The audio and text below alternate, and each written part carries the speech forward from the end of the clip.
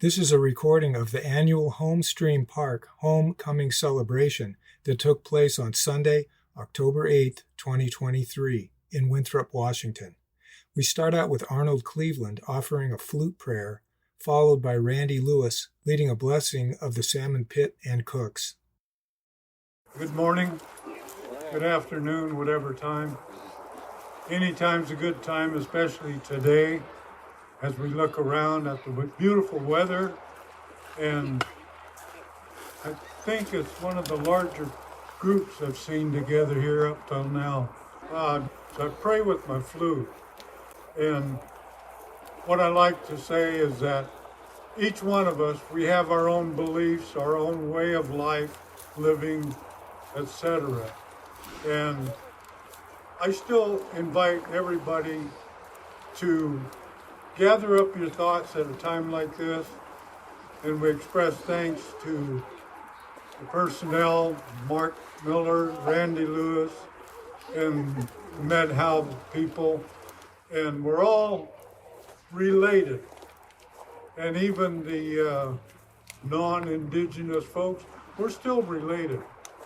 We still have blood running through our veins.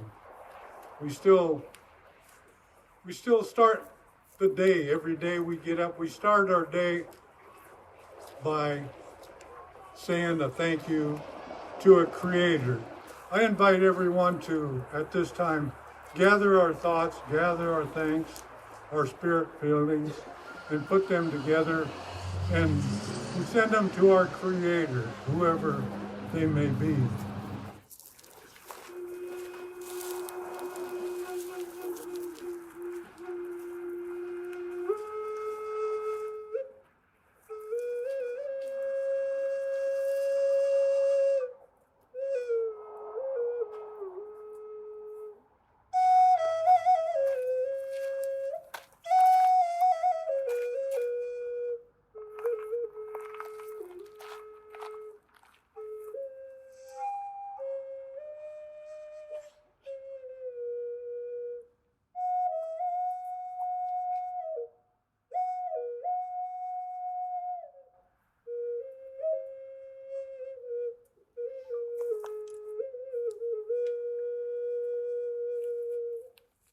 Thank you.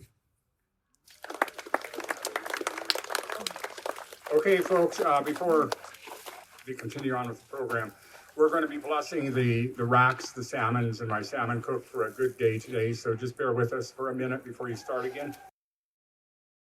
We always bless our salmon pit and our cooks, that it be good.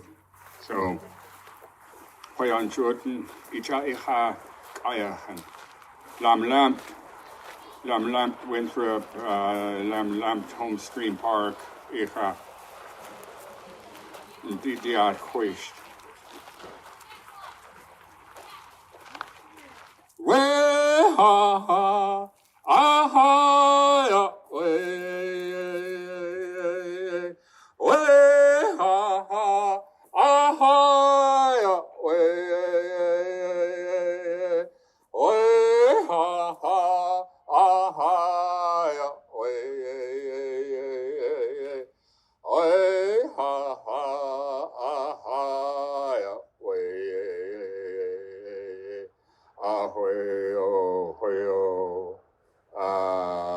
lam lam. Now we start off with Cathy Davis speaking, and then Phil Davis. Phil shared his vision of Home Stream Park with me, and it was a remarkable vision. I give him a lot of credit for his creative brilliance.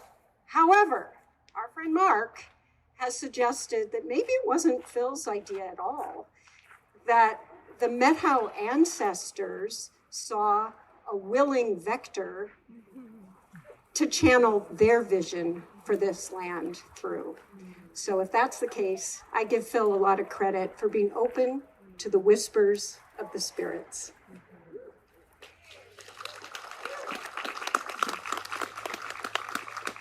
We understood this place was something we could create only with the blessing and full participation of a lot of you here who were most deeply tied to the land, the water, the fish, and the people of this valley. So many of you have worked so hard to clear the land, to build, to plant, to weed, to water, to nourish, to teach here, and to love Homestream Park along with us. Thank you for that. It was our intention from the beginning to help shepherd the creation of the park and then to pass it on to a group who would take it into the future. And it is my great pleasure to announce today that we are humbled and grateful that the Methow Valley Interpretive Center will be taking responsibility for the future of Homestream Park from here on out. We know that they will continue to steward this land in harmony with what the Methow ancestors, today's Methow families, and all of us would want this park to be. So thank you to David, to Tiffany, wherever you are, to Bruce, and to all of the Methow Valley Interpretive Center board for saying yes.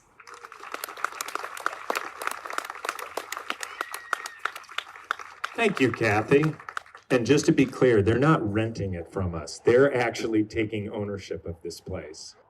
I promised to be short, but I didn't write something down, so that was a big mistake. Let's see how this goes. I want to focus the few words I have to say on this notion of caring. And I'm going to go back, for those of you that were at the grand opening, I mentioned this guy by the name of Julius Krug. He was the Secretary of the Department of Interior for Harry Truman. And he made the great proclamation back then that salmon would be sacrificed for hydropower. So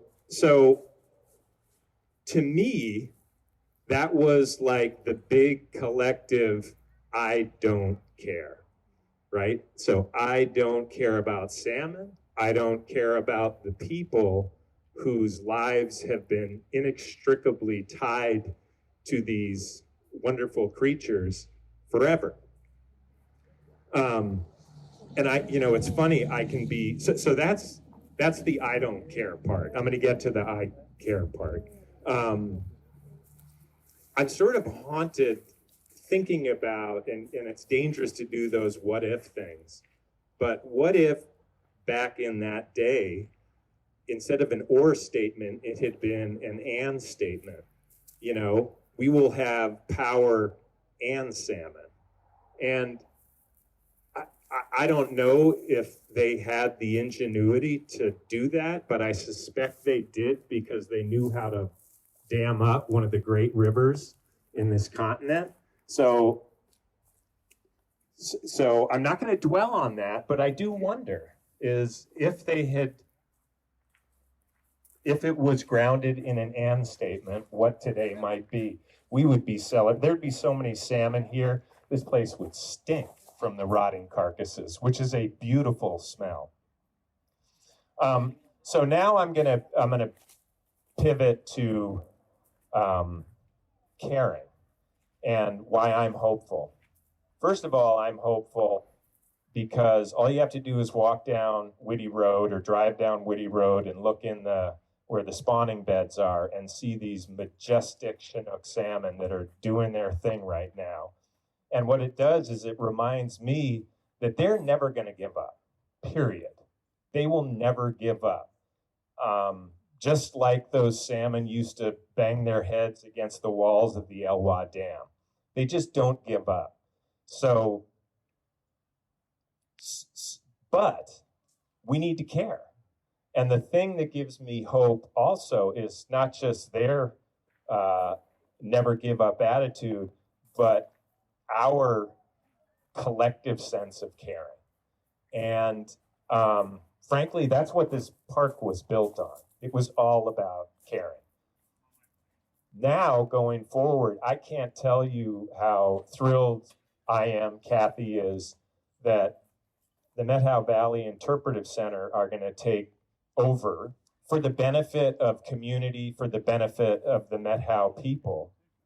What better organization? I mean, think back on the founding of MVIC by Glenn and Carolyn, and it was all about caring, right? They cared about the native and natural history of this place, the future of this place. And so I just can't think of a better outcome to have an organization like MVIC where caring is embedded in your DNA to accept this handoff. David? This is David Lafever from the Methow Valley Interpretive Center.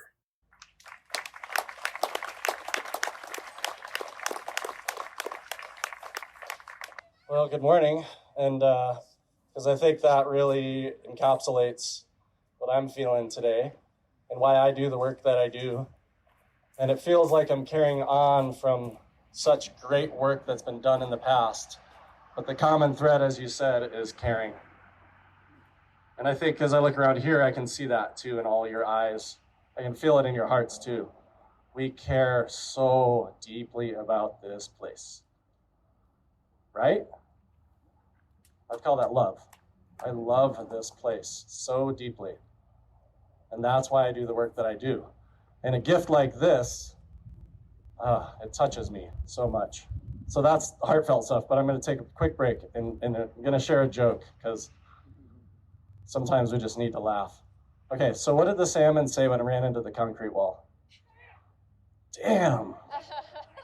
I was going to start with that, but then Phil touched me. I had to go heart. So I just want to express on behalf of the Interpretive Center deep gratitude to Phil and Cathy and all of the ones, seen and unseen, that helped this place go from a vision to what it is today. And a lot of you are here, a lot of community partners, and that's another hallmark of this place. We care so much that we volunteer, we organize, we create, and we come to volunteer events and events like this. It's a wonderful community to live in and a wonderful community to care in. I also want to thank Glenn and Carolyn Schmeckel, they're in the back, so much for all the work that you've done.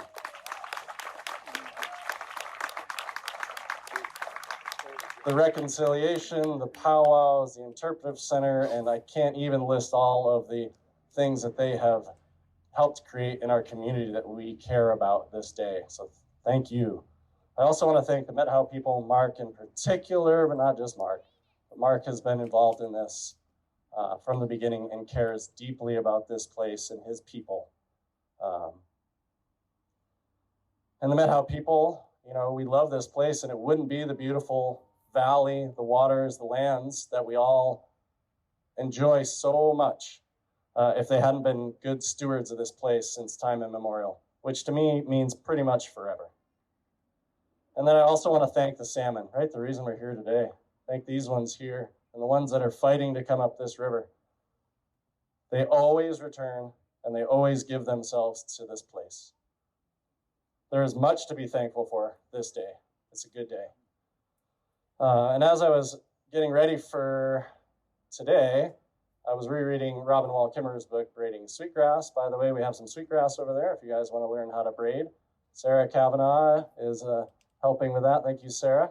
That's sweetgrass that was found in the Methow Valley by Rob Crandall over here in the blue shirt and is being grown at the Methow Valley Interpretive Center Native Garden. A pretty sweet story. So in that, Robin Wall Kimmerer was talking about a gift, and she said that a gift asks something of us to take care of it and something more. So I'm going to talk about those two pieces now. So first, I want to share how we envision taking care of this place. And then I'm going to talk about the something more. So what we're committing to today is two things in terms of taking care of this place. One is forming a stewardship council that is going to guide, that's going to advise, and help us to make sure we're doing what's right here. And that council is going to include the Interpretive Center, the Methow Conservancy, the Methow people, Little Star School, Brad Holm, Executive Director's right there. Thank you, Brad. And a community at large member. Now, unfortunately, that is not open yet because we think that Phil and Cathy should be in that position in the short term. But at some point, we're going to be asking you to join that as well. So that's our Stewardship Council. That'll be responsible for guiding, advising on the annual maintenance, the annual operations, the events, the budget, and all that stuff. Now, the second part is the budget. What we envision is setting up a stewardship fund, and we're going to start fundraising for that today. In order to take care of this place forever, in perpetuity, we need to raise approximately $200,000. And then we need to invest that intelligently. So you guys can help us get to the $200,000. Now here's the beautiful part. Cathy and Phil have already given $100,000 to it. That deserves a clap. That is not a small thing. Thank you guys so much. So our goal by May of next year is to raise $100,000. You can start by giving today. There's more information over there, and it's on our website. That fund is then going to be wisely invested with the Community Foundation of North Central Washington so that we make sure that we have the funding for it, again, in perpetuity, right? Forever. Forever is a long time, but you know what I mean. So that's the part about taking care of this gift, right? And what Robin Wall Kimmer was talking about was that we got to keep gifts alive, right? They're a living thing. They aren't something to put away in a shoebox or someday throw away, right? So how do we do that? And that's the part where the gift asks more of us. And so what I say is that we keep it alive through reciprocity and through passing it on. Reciprocity means giving back. Salmon are giving their lives for ours, and we need to give back. We do that through ceremonies like this. We do that through conservation organizations, through our dollars, through supporting environmental groups, through restoration projects, etc., right? And so that's what I'm asking you guys today. Give back to this place. Come here. Come here when no one else is here. It's quiet and beautiful and lovely. Sit and be with yourself for a little while. Write in a journal. Write poetry. Don't write anything. Climb those 9 rocks that represent the 9 dams that a Methow salmon has to get here. I do this with kids. We play a game. I don't have a name for it. Undammed, maybe I should call it. Those are fun. Try to get over them. If you're really bold, try to get over them without using your hands. We do have liability insurance, so that's good. And the other part of the gift is to pass it on. Oh, sorry, let me get back to a little bit more of the reciprocity. Volunteer. Methow Conservancy and us, we're going to be having volunteer work parties here. We're going to take good care of this place. Look for those opportunities and come here and volunteer. And then come to things like this, because really keeping the gift alive is about developing relationships like we're doing today with the land, with the waters, with all of the beings, and with each other. And lastly, donate to the Stewardship Fund. You can do it today. You can do it tomorrow. Please do it before May or after. And then lastly, the passing it on. So the other thing that we are intending today, right, we're setting intentions this day, is that at a point in the future when the timing is right and it's wanted, we are going to give this to the Methow people. We're going to give this place and the Stewardship Fund to the Methow people when they will accept it. So that's a passing it on. In a way, that's a passing on into the future, but I feel like it's also connecting us to the past. Really, we know that time is not linear, but it's circular. So our intention today is to pass this on to the original stewards of this place who have done such a good job since time immemorial and will into the future.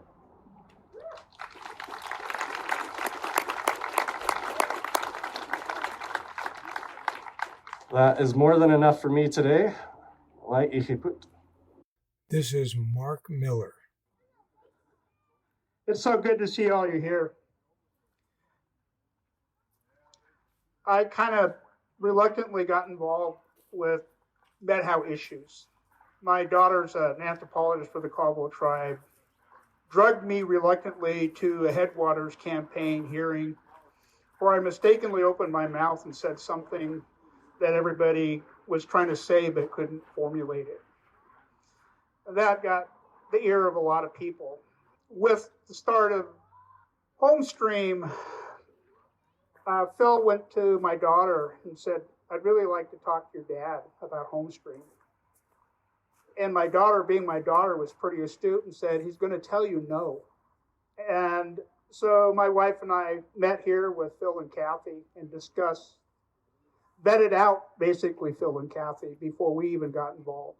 I have guilt with the Headwaters campaign because That was a 5-year legislative battle about mining.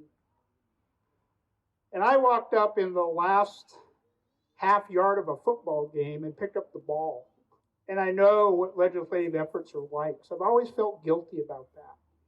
The bulk of Homestream was largely, it was all cleaned up and stuff by then, and things were lined up, and smokers area was ready, organized, and we met with Phil and Cathy, and then my wife and I, it was just a gorgeous day. We went to Sun Mountain, sat on the deck, had a beer, looked at the valley, had lunch, and I looked at my wife and I said, this is the right thing. We're going to do this one. So that gets me in this big circle that everybody talks about. Phil and I do tours largely with 5th graders at this park. But we also do tours with Little Star. And 5-year-olds are amazing. You know, I was littering up the park with 5-year-olds, and Phil called me on it, and it was amazing what little kids know, 5-year-olds know about litter, pollution, air pollution, land pollution, ecological issues I didn't know 5-year-olds ever considered. And I realized that came from their parents and grandparents. That leads me back to, you know, the issues that we're talking about now. The hook I set with these kids that Phil and I walked through this park, that hook is, today, I'm going to teach you how a tree eats a fish. Once they hear that, they're hooked. We have to reel them in, but they're paying attention because they want to know when we deliver the message. And Phil and I walk them through this park. I tell them that they got to crawl over those rocks, and oh, by the way, fish don't have hands. So you got to crawl over the rock without your hands. And they work and they listen. Invariably, somebody finds a salmon carcass laying under one of those trees. And then they start understanding how a tree can eat a fish. Those kids, and I believe a significant number of them, this might be the most impactful field trip they ever take while they're in school. From grade school to high school, learning how a tree eats a fish might be the highlight of their education. And I hope it is. I hope my grandchildren and future grandchildren learn that. This is the place they can learn that. The park that Cathy referred to was our ancestors are collectively here. So their passing doesn't mean they go far, far away to the Himalayas. They're here. So there's no need to have great angst with the loss of somebody if they're truly in a better place and they're still here. How about those fish? I had to look this up today. Those fish have been here for 6 million years. Fossilized salmon from 6 million years ago. They've been making that journey that you can witness today. So in the time frame of people existence here, it's, let's say, 10,000 years. It's an easy number to remember. Those fish have been doing it for 6 million years. Salmon, to me, are a short-term barometer of how we're doing. We're a little longer barometer. Let's give you 70 or 80 years. This Indian concept of we're borrowing this land, this ecosystem, we're borrowing it from our grandchildren. This is preaching to the choir because the people that are here get that. You know you're borrowing it from your grandchildren. I luckily have a couple great grandsons, and they're just amazing to think that that many generations are here that I'm responsible for. When we first did the first ceremony here, I told Phil, my goal is the people that come here are going to come here with a good heart, and when we finish the day, we're going to leave with a better heart. That's still my hope today. is you are here on purpose, I think with a better than average good heart, and I want you to leave with a better heart.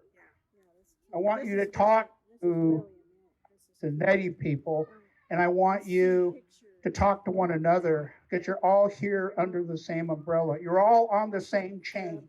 We're all pulling the same way. I really appreciate all you people here. Phil, Cathy, my association with them is been amazing. I woke up this morning thinking of Bruce, and it was like the thought that came to my head was Brother Bruce. Rob Crandall, John Crandall, all these different people in this valley with the Conservancy, all the people that are working towards that same chain pulling direction. I think there's a lot of places to help. And this is one of those places.